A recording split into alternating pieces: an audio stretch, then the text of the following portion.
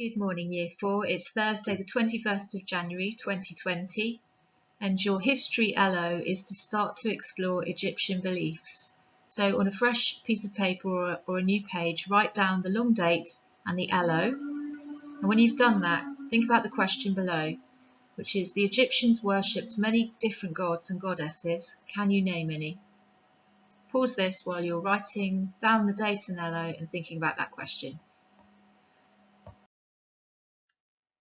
Here's a selection of gods you might have named.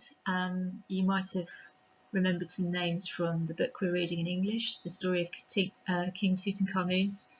But there were hundreds of gods and goddesses that you could have named.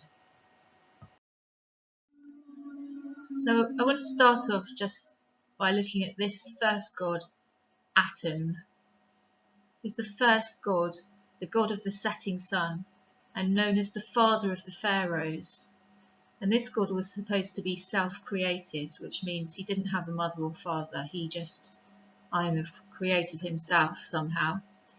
He had a white and red crown and a plaited beard, and you might have seen that on some pharaohs and some statues. So this strange long beard in a plait. And pharaohs based their look upon him. The gods were supposed to all be descendants of Atum, which means that he was the first one, and then they all came down from him like a family tree. And Ra took over his role as god of the sun. Lots of the gods had animal heads. We saw that the other day in the literacy lesson. And animals were at the heart of everyday life and religion in ancient Egypt. People believed many creatures were sacred, that means holy. They thought animals were the embodiment of particular gods. That means that they thought that gods were inside certain animals, so animals embodied them. Most ancient Egyptian towns chose a particular god to worship, so each town would have had its own special god. And this meant the animal attached to that god was sacred in that town. These animals were given power and respect.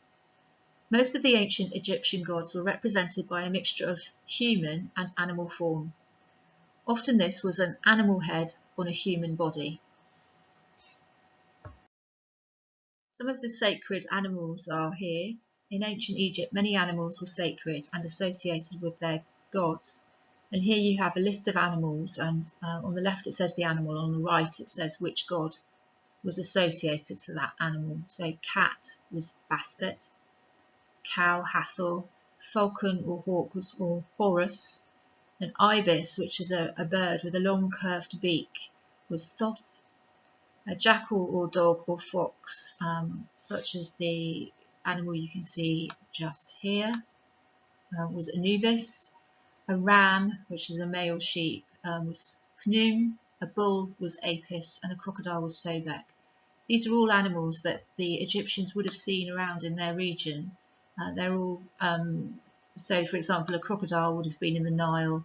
They would have used these animals for farming, so they would have seen those. These kinds of animals would have been wild in the region, and they would have kept cats and cows as well.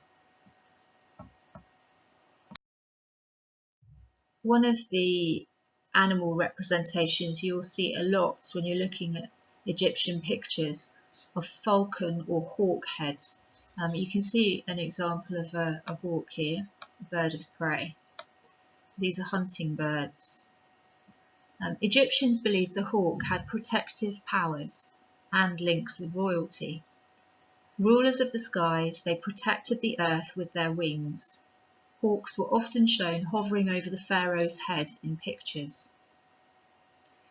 So the Egyptians were trying to get the animals' special powers and qualities and bring them into their lives and bestow their gifts upon the pharaohs and gods.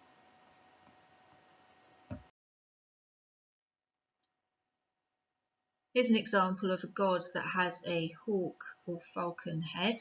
It's Ra, Lord of the gods, the god of the sun. He has the body of a human and the head of a falcon, and he also wears a sun disk crown, which also has a cobra, a snake, going around it, you can see here. And that was another sacred animal. He's shown holding a scepter called Ankh, which is the key of life. That's this.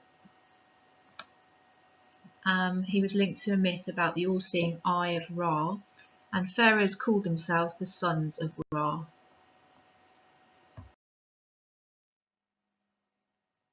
Another really important god with a hawk head was Horus, the god of the sky. He was the son of Isis and Osiris, two other gods. He looked quite similar to Ra, but he has a different crown. He has this double crown here. He lost his eye during a fight with his uncle, Seth. It became known as the Eye of Horus, an important Egyptian symbol. And we'll see that eye as we look at hieroglyphics and other Egyptian pictures. He is said to fight off evil, danger and disease. So he would have been a god that they would have prayed to a lot for protection. And he was worshipped all over Egypt. And pharaohs believed that they were Horus in human form.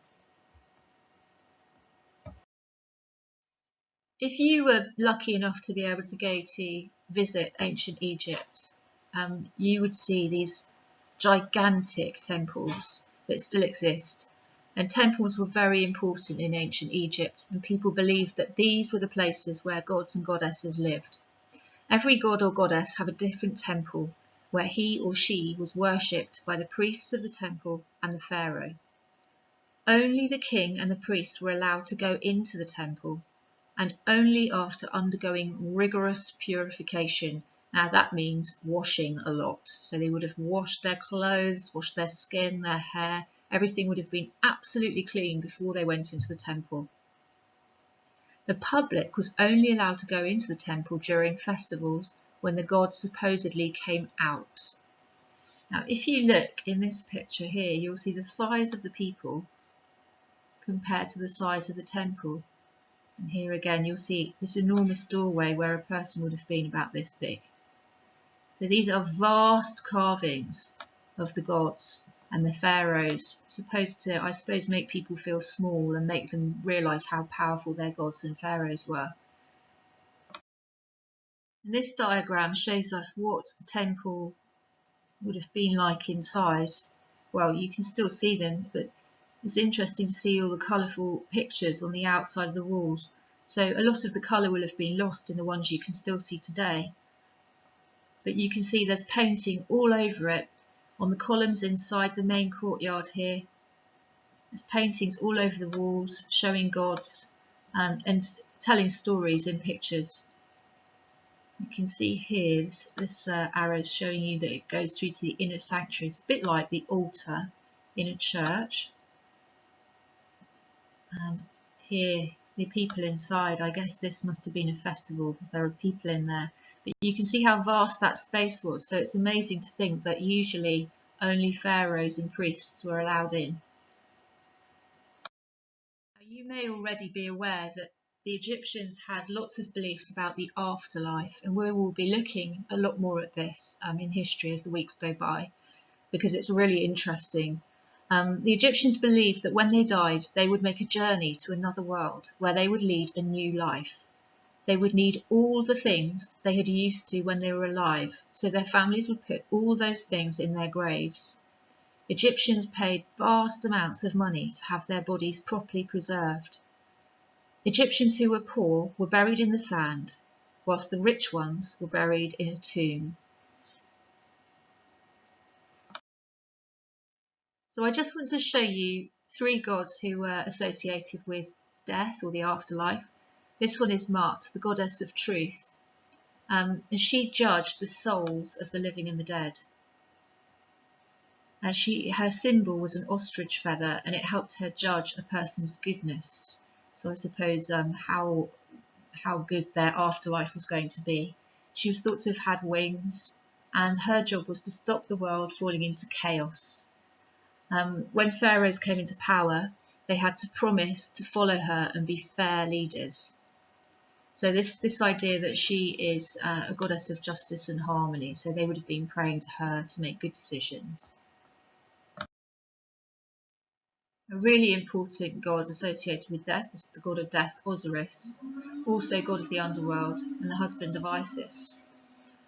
He's often shown having green skin, and also he wears this white linen wrap, which is the wrapping of a mummy, and we'll be looking at mummies in a week or so's time.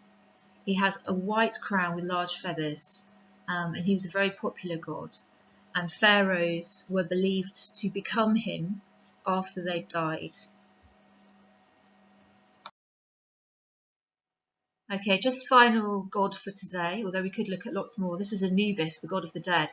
He's also known as the god of embalming. And embalming and mummification are the ways that the Egyptians had of preserving or keeping bodies. So you're probably well aware that they didn't just bury people, they had a very special ritual that went on when important people died. We've already seen in history how they mummified cats. So they did that to lots of animals and of course lots of important people as well. So this god is shown with the head of a jackal. He also has the tail of a lion, you can just see that there, and a human body. He's often shown wearing a gold necklace. You can't see it on this one, but here he's got a very nice necklace on and has dark black skin. So people would donate their organs to Anubis as gifts, not when they were alive, when they were dead. And he was said to have embalmed Osiris after his death. And his judgment would help decide what would happen to your soul after death. You've got 2 tasks now, and the first is just a 5-question quiz, and then you have a task, a creative task to do. So the quiz questions I'm going to read out, and in a moment I'll show you the answers, but try and get them for yourself. Number 1 is, why did some gods have the head of a hawk or falcon? Number 2, what did Egyptians believe you would need in the afterlife? Number 3, who was allowed to go into the temples of the gods? Number 4, which god did pharaohs model themselves on? And number 5, Anubis has the head of a jackal and is the god of what? So pause the video and try and work out the answers to those questions. I'm going to show you them in a second.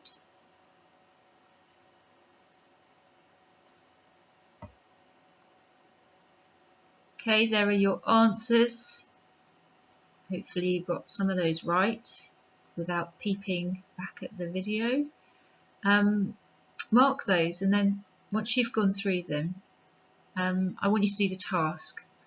Which animal do you admire? So you could choose an animal from anywhere in the world. It doesn't have to be an African animal like the ones that the Egyptians chose.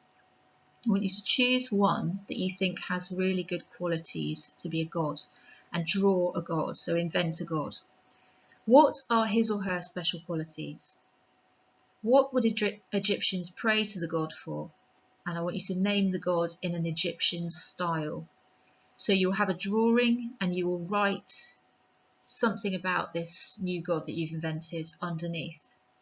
So the example says, I might invent a god with an elephant head to represent wisdom and patience.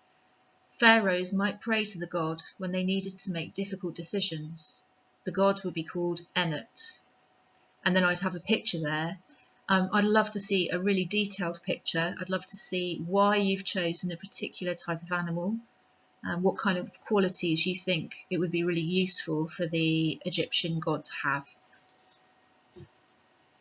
Once you've done that, if you're able to, please take a picture of your work and put it on an email to school so that I can see that. That would be fantastic. Okay, once you've done that, the lesson's finished, and I will see you next week for more history. Well done.